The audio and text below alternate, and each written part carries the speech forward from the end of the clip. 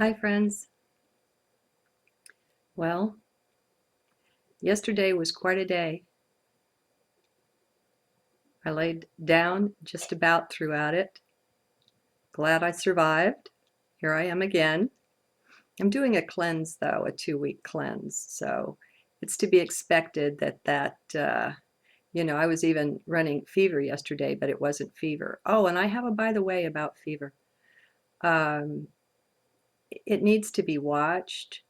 But when your body runs fever, that's an indication that the immune system is at work and the white blood cells are killing the invaders.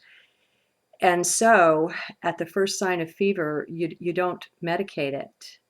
It's like people are so worried about cholesterol and they've made it into an enemy. But in reality, it's my understanding that cholesterol is a very good sign. It's the sign that the body is working well. The blood vessels are perhaps frail and might rupture or tear, and so the body makes a cholesterol patch to keep it safe. And so our understandings of the body are minuscule, and I suggest we all take a great big step back from whatever the AMA has to say about anything. All right, commercial over. Let's see. I wrote this one on the 2nd, this journal, and it's kind of funny. It's Language Structures Consciousness, Don't Hex Yourself, 3 of 2. And I'll probably tack something else on there like the value of words or something, but we'll see. So now I don't know how many are going to be able to go how far with me in this. So I'm going to instruct all of you who want to follow along, focus, get into the now, get into the heart, get into whatever it is you get into to center. And let's go from there. Okay, let me get the mouse. That works better. All right. Okay. So we start out from the first with some really odd use of language, part 3 of 2. I'm trying out the odd idea that there might be another 1 or 3 of these journals in me on this lovely topic. So who knows? Let's see what arises. What I want to share here is consideration of definitions. That's right, definitions of words, ideas, concepts, all of it. I guess it gets down to the basic use or function of words, really. Let's check it out. First, we tie ourselves up in little knots when we define things. We calcify around those definitions, or we tend to. We tend to get locked in. Now, obviously, this can be useful. Dictionaries are nice, sure they are. But did you know that we went quite a long time without them?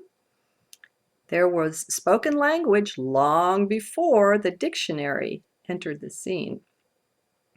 Sure, and I bet many say it was nicer. People spelled things however they liked. The net result was that you could almost hear someone speak when you read their writing. You could tell pretty much where they were from because they spelled like they spoke. You could see the accent. Very nice. Something we don't get today. Today, like everything else, language is mechanized. Robotic, in fact. Now, drop down into heart with me. Let's both do the watch and observe thing as this journal comes through. That's how I do these, you know. I just watch and observe as the fingers dance over the keys. It's a new way of living, and I find it has much to offer. Much that totally blows the mind. I like it anyway. Maybe you will as well. Just remember, it takes some surrender to get here. Surrender of thought and of mind. So just keep doing that. Okay, now, when we define things, we lose a part of the self there. Stay out of mind with this, strictly out. I know mind thinks language is strictly in its purview, but that ain't necessarily so. So, to each definition, we give up a part of the self. Why is that? Heck, I don't know. Just go by the feel of it. Step into that. Now, can we just let things be what they are? Why must we define them? Do you think it's possible a new way of relating to life could erupt if we just gave it the chance? I do. I don't know where this is coming from, but it feels right to me. A new way of relating to life. And what comes to me now as I read this paragraph is that just like we are multidimensional, other things are as well. And when we lock in a definition, what we're doing is locking into 3D. And it's more there. You can't possibly define anything. All right. Things don't need to be defined. They have no need for that. We do that strictly for ourselves. So let's start there. Things have no need for definitions. They existed just fine without them, and they will again. Why or how is that? Well, we're stepping back into full or fuller use of ESP and intuition. As you may have noticed with some channeled beings, they tell us they don't use names in their civilizations. Well, maybe we're headed that way ourselves. Come on now. How do we know what life with 12 full DNA strands is like? Can you say? Nor can I yet. So, what do we lose when we define things? We lose subjectivity. We lose oneness. We create the object.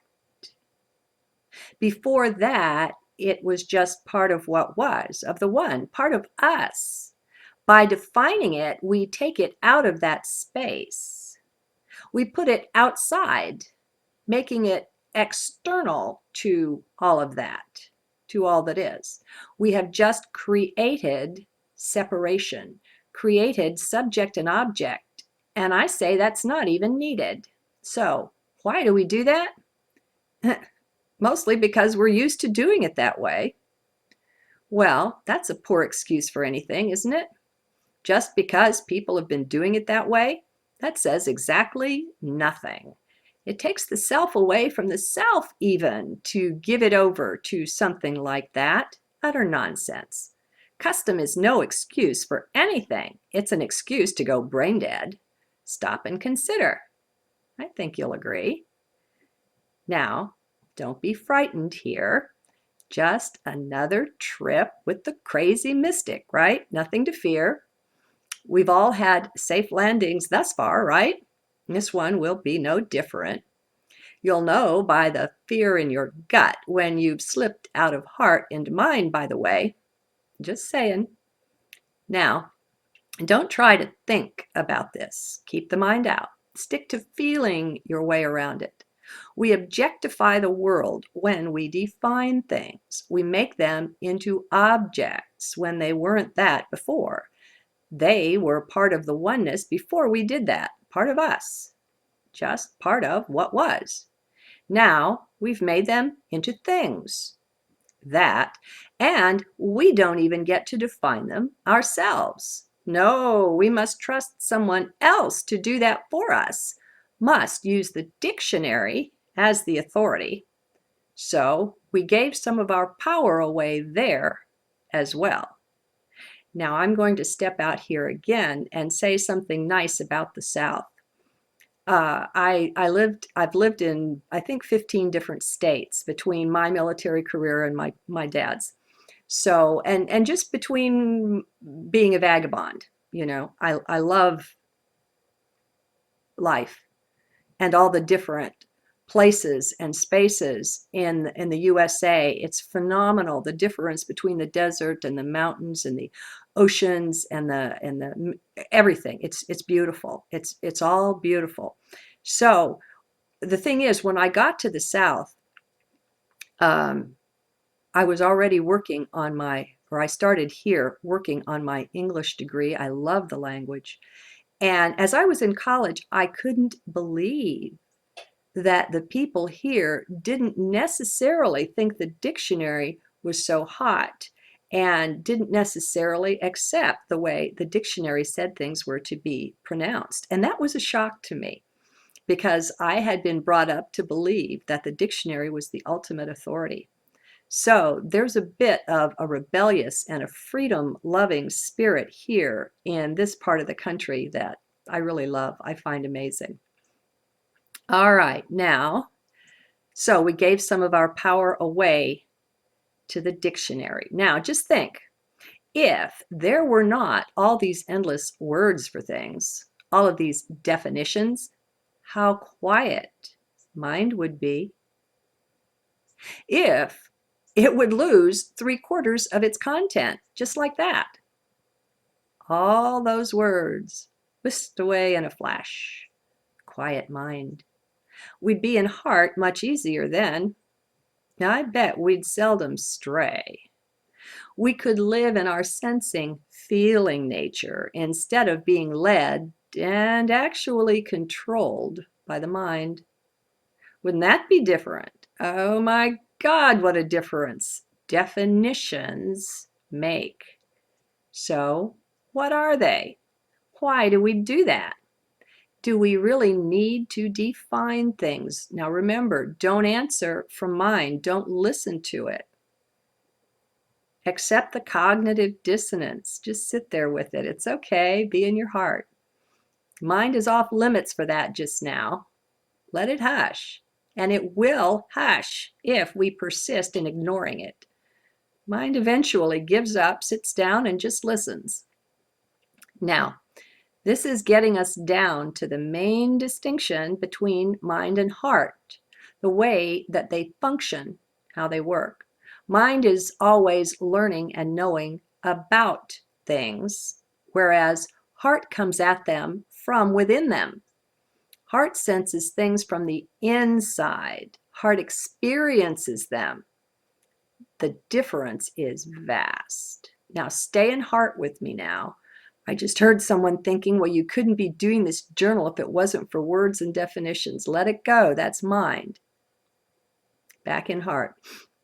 I just know that one day we'll have a vast community here of being, living, communing, sharing, and caring from heart. Hang in there, in heart, and maybe you'll be a part of that. Maybe you already are. So go into a time back, if you will, when we didn't need words for things, didn't even need names. It's there accessible to you within heart. It's also in your DNA. That holds a record, goes way back. Do you know why not? Because we knew everything from the inside. When I'd look at you and want to share something with you, the look would accomplish it. You'd get both what I meant and what it was about, the full picture along with the sense of it. No definitions allowed, none needed, no use for them. You know it from the inside, no need for external descriptions.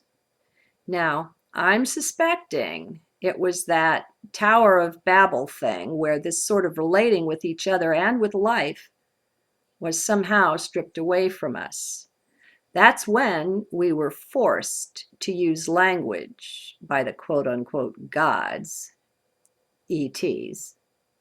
Before that, my bet is that we didn't need it, just like those ET gods didn't need language either.